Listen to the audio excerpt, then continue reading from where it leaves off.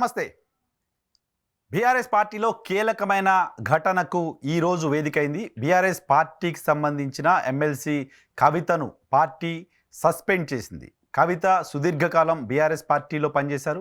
తెలంగాణ జాగృతి పేరుతో తెలంగాణ ఉద్యమంలో చురుగ్గా పనిచేశారు. 2008 నుంచి తెలంగాణ ఉద్యమంలో ఉన్నారు. ఆ తర్వాత తెలంగాణ రాష్ట్రం ఏర్పడ్డ తర్వాత 2014లో నిజామాబాద్ నుంచి పార్లమెంటుకు పోటీ చేసి విజయం సాధించారు. ఆ తర్వాత 2019 పార్లమెంట్ ఎన్నికల్లో పోటీ చేసి ఓటమి పాలయ్యారు. ఓటమి పాలైన తర్వాత నిజామాబాద్ స్థానిక సంస్థల ఎమ్మెల్సీగా విజయం సాధించారు. ప్రస్తుతం స్థానిక సంస్థల ఎమ్మెల్సీగా కంటిన్యూ అవుతున్నారు. కవిత ప్రస్థానం బీఆర్ఎస్ పార్టీలో ఆమె మంత్రిగా పనిచేయకపోయినప్పటికీ, కేవలం ఎంపీగానే ఉన్నప్పటికీ, ఆమె ఎమ్మెల్సీగా మాత్రమే ఉన్నప్పటికీ పార్టీలో ఆమెకు అత్యంత కీలకమైన బాధ్యతలు ఉండేవి. అత్యంత పవర్ఫుల్ నాయకురాలుగా కూడా బీఆర్ఎస్ పార్టీలో ఆమె కంటిన్యూ అవుతూ వచ్చారు. అటువంటి కవిత గత కొద్ది రోజులుగా, దాదాపు 3 నెలలుగా, మే 25 నుంచి ఆమె పార్టీ నాయకత్వం పైన విమర్శల దాడి ప్రారంభించారు. అమెరికా పర్యటన ముగించుకొని హైదరాబాద్కు చేరుకుంటున్న సందర్భంగా పార్టీ అధినేత చుట్టూ దెయ్యాలున్నాయి, పార్టీలో తనపైన కుట్ర జరుగుతోంది, పార్టీ అధినేతకు నేను రాసిన లేఖ ఏ రకంగా లీక్ అయింది అంటూ మొదటిసారి ఆమె పార్టీ నాయకత్వం పైన విమర్శల దాడి చేయడం చూసాం. ఆ తర్వాత అనేక సందర్భాలలో పార్టీకి సంబంధించిన నాయకత్వం పైన పరోక్షంగా దాడి చేస్తూ వచ్చారు. పార్టీ ఇచ్చిన లైన్కి విరుద్ధంగా సొంత ఎజెండాతో కార్యక్రమాలను చేసుకుంటూ వస్తున్నారు. తెలంగాణ జాగృతి పేరుతో కార్యక్రమాలు చేసుకుంటూ వస్తున్నారు. తెలంగాణ జాగృతి చేస్తున్న కార్యక్రమాలు బీఆర్ఎస్ పార్టీ విధానాలకు వ్యతిరేకంగా చాలా సందర్భాల్లో ఉండటం చూస్తూ ఉన్నాం. ఇక నిన్న ఆమె పార్టీలో ఉన్న దెయ్యాలు వీళ్ళేనంటూ హరీష్ రావు, సంతోష్ రావుల పేర్లను బయటపెట్టారు. పార్టీ అధినేతగా ఉన్న కేసీఆర్ పైనే సిబిఐ కేసు పెట్టిన తర్వాత ఇంకా పార్టీ ఉంటే ఎంత పోతే ఎంత తరహా వ్యాఖ్యలు ఆమె చేయటం పార్టీ అధిష్టానానికి ఆగ్రహం తెప్పించింది. సో పార్టీ అధిష్టానం నిన్నటి నుంచి కవిత వ్యవహార శైలిపైన ప్రజలేమనుకుంటున్నారు అనే దానికంటే పార్టీ ఏమనుకుంటోంది, పార్టీ కార్యకర్తలు ఏమనుకుంటున్నారు, పార్టీ నాయకులు ఏమనుకుంటున్నారు అనే దానిపైన సుదీర్ఘంగా సమాచారాన్ని సేకరించింది.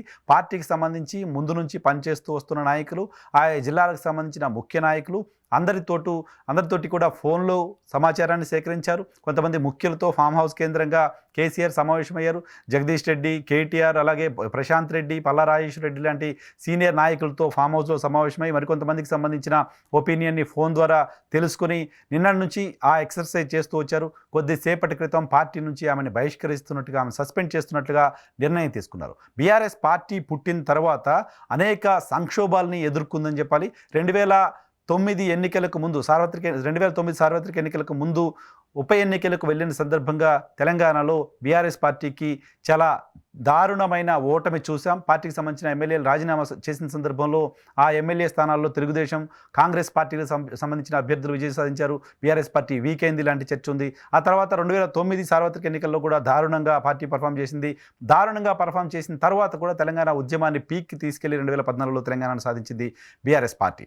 సో ఆ తర్వాత దానికంటే ముందు కూడా గతంలో ఎంపీలుగా పనిచేసిన రవీంద్ర నాయక్ లాంటి వాళ్ళు, మాజీ మంత్రి చంద్రశేఖర్ లాంటి వాళ్ళు కూడా పార్టీ పైన తిరుగుబావుట ఎగరవేశారు. సో అది కూడా పార్టీలో సంక్షోభంగా అప్పుడు భావించారు. వీటన్నిటికంటే ముఖ్యమైనది మొదటి దఫా బీఆర్ఎస్ పార్టీ నుంచి టీఆర్ఎస్ పార్టీ అభ్యర్థులుగా విజయం సాధించిన 26 మంది ఎమ్మెల్యేల్లో దాదాపు 10 మంది పార్టీకి వ్యతిరేకంగా, పార్టీ లైన్కి విరుద్ధంగా, పార్టీ పైన విమర్శలు చేస్తూ కాంగ్రెస్ పార్టీ వైపు వెళ్ళిపోయారు. సో ఆ సందర్భంగా కూడా బీఆర్ఎస్ పార్టీ పనికి అయిపోయింది లాంటి చర్చ చూసాం. ఆ సందర్భంగా మాజీ మంత్రి సంతోష్ రెడ్డిని పార్టీ నుంచి బహిష్కరించే అంశం కూడా పార్టీలో ఈరోజు కవిత సస్పెన్షన్కి ముందు ఏ రకమైన ఎక్సర్సైజ్ జరిగింది, ఏ రకమైన చర్చ జరిగింది అనే వాతావరణం మాజీ మంత్రి సంతోష్ రెడ్డి సస్పెన్షన్ సందర్భంగా కూడా చూసాం. మాజీ మంత్రి నిజామాబాద్ జిల్లాకు సంబంధించిన సంతోష్ రెడ్డిని సస్పెండ్ చేసే సందర్భంగా కూడా పార్టీలో చాలా తీవ్రమైన చర్చ చూసాం. ఆ తర్వాత ఆర్ఎ నరేంద్ర పార్టీకి సంబంధించిన నంబర్ 2 నాయకుడిగా ఉన్నారైనా. కేంద్రంలో క్యాబినెట్ మంత్రిగా కేసీఆర్ ఉంటే సహాయ మంత్రిగా ఆర్ఎ నరేంద్ర ఉన్నారు. సో ఆయన తెలంగాణ సాధన సమితి పేరుతో ఏర్పాటు చేసిన పార్టీని టీఆర్ఎస్ పార్టీలో విలీనం చేసిన తర్వాత టీఆర్ఎస్ పార్టీలో నంబర్ 2గా కొనసాగుతూ వచ్చారు. అటువంటి ఆర్ఎ నరేంద్రని పార్టీ నుంచి సస్పెండ్ చేయడం అనేది కూడా టీఆర్ఎస్ పార్టీ చరిత్రలో ఒక కీలకమైన ఘట్టంగా చూడొచ్చు. ఆ తర్వాత విజయశాంతి కూడా పార్టీ నుంచి బహిష్కరణకు గురయ్యారు. సో ఇంతమంది నాయకులు బహిష్కరణకి గురవడానికి కారణాలు సంతోష్ రెడ్డి మినహా మిగతా వాళ్ళందరికీ సంబంధించిన కారణాలు 1-2 కారణాలతోటే, 1-2 సందర్భాల్లో వాళ్ళు పార్టీకి వ్యతిరేకంగా బిహేవ్ చేశారు లాంటి ఇంప్రెషన్ కనపడగానే ఇంటర్నల్గా సమాచారాన్ని సేకరించి బీఆర్ఎస్ పార్టీ నుంచి వాళ్ళని సస్పెండ్ చేసింది. కానీ కానీ కవిత విషయంలో దాదాపు 3 నెలల పాటు ఓపిక పట్టింది, 3 నెలల పాటు వెయిట్ చేసింది, 3 నెలల పాటు అనేక తప్పులు చేసే అవకాశాన్ని కవితకి ఇచ్చింది. నిజానికి కవిత కూడా రాజకీయంగా తానిక సైలెంట్గా ఉండదలుచుకోలేదు. పార్టీతో తాడో పేడో తేల్చుకోవాలి అనే నిర్ణయానికి వచ్చారు. ఆ నిర్ణయానికి వచ్చిన మీదటే ఆమె పదే పదే చాలా కాన్షియస్గా పార్టీకి నష్టం కలిగించేలానో పార్టీ నాయకత్వానికి కోపం తెప్పించేలాంటి వ్యాఖ్యలు చేస్తూ వచ్చారు. ఆమె ఇంటెన్షన్ కనపడింది, రాజకీయంగా బయట నుంచి చూస్తున్న వాళ్ళకి కనపడింది. పార్టీ నుంచి సస్పెండ్ అవ్వడం అనేది ఆమె డిజైర్గా కనపడింది. దాన్ని ఆమె కోరుకుంటున్నట్టు కనపడింది. దాన్ని కోరుకుంటూనే ఆమె వ్యాఖ్యలు చేసినట్టు కనపడింది. ఆమె కోరికను ఈరోజు బీఆర్ఎస్ పార్టీ నెరవేర్చింది. ఆమె కోరికను నెరవేర్చాలనే ఆలోచన బీఆర్ఎస్ పార్టీకి లేదు. ఆమె తనకు తానుగా రాజీనామా చేసి వెళ్ళిపోని మనం ఎందుకు సస్పెండ్ చేయాలి అంటూ ఇంతకాలం బీఆర్ఎస్ పార్టీ నాయకత్వం ఆగింది. కానీ నిన్నటి ఆమె వ్యాఖ్యలు చూసిన తర్వాత ఇంకా ఆమె రాజీనామా చేసే వరకు ఆగాల్సిన అవసరం లేదు.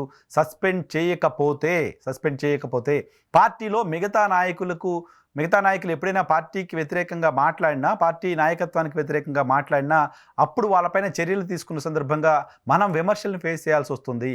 సొంత కూతురు కాబట్టి నెలల తరబడి పార్టీ పైన, నాయకత్వం పైన విమర్శలు చేసినా సస్పెండ్ చేయలేదు. మమ్మల్ని ఏమో ఇమీడియట్గా సస్పెండ్ చేశారని భవిష్యత్తులో నాయకులు ఎవరు మాట్లాడే పరిస్థితి రాకుండా ఉండాలంటే తక్షణం నిర్ణయం తీసుకోక తప్పదు లాంటి ఫీడ్బ్యాక్ని పార్టీకి సంబంధించిన ముఖ్య నేతలు, కార్యకర్తల నుంచి తీసుకున్న తర్వాత బీఆర్ఎస్ పార్టీ నిర్ణయం తీసుకున్నట్టుగా అర్థమవుతుంది. ఇప్పుడు ఫర్దర్ స్టెప్ ఏంటి? కవిత ఏం చేయబోతున్నారు? కవిత లక్ష్యం ఏంటి? కవిత అడుగులేంటి? ఈ సస్పెన్షన్ పైన కవిత ఏ రకంగా రియాక్ట్ అవుతారో అనేది తెలంగాణ రాజకీయాలతో పాటు తెలుగు రాష్ట్రాల రాజకీయాల్లోనూ ఆసక్తిని కలిగించబోతోంది.